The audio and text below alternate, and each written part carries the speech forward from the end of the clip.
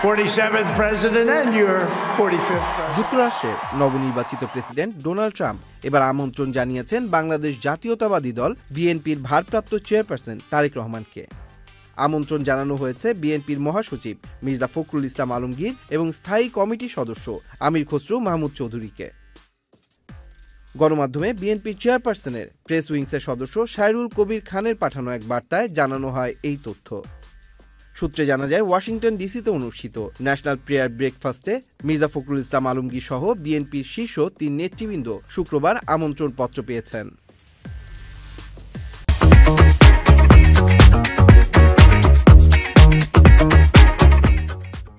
আগামী 5-6 ফেব্রুয়ারি Washington ডিসিতে national prayer breakfast অনুষ্ঠিত হবে।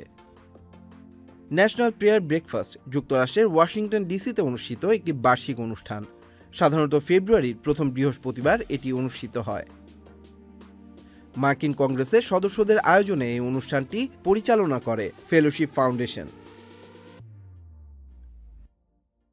অনুষ্ঠানটিতে বিশ্বের 100টিরও বেশি দেশ থেকে আমন্ত্রিত হন বিশ্বের প্রভাবশালী রাজনৈতিক নেতৃবৃন্দ, সামরিক এবং ব্যবসায়িক নেতারা।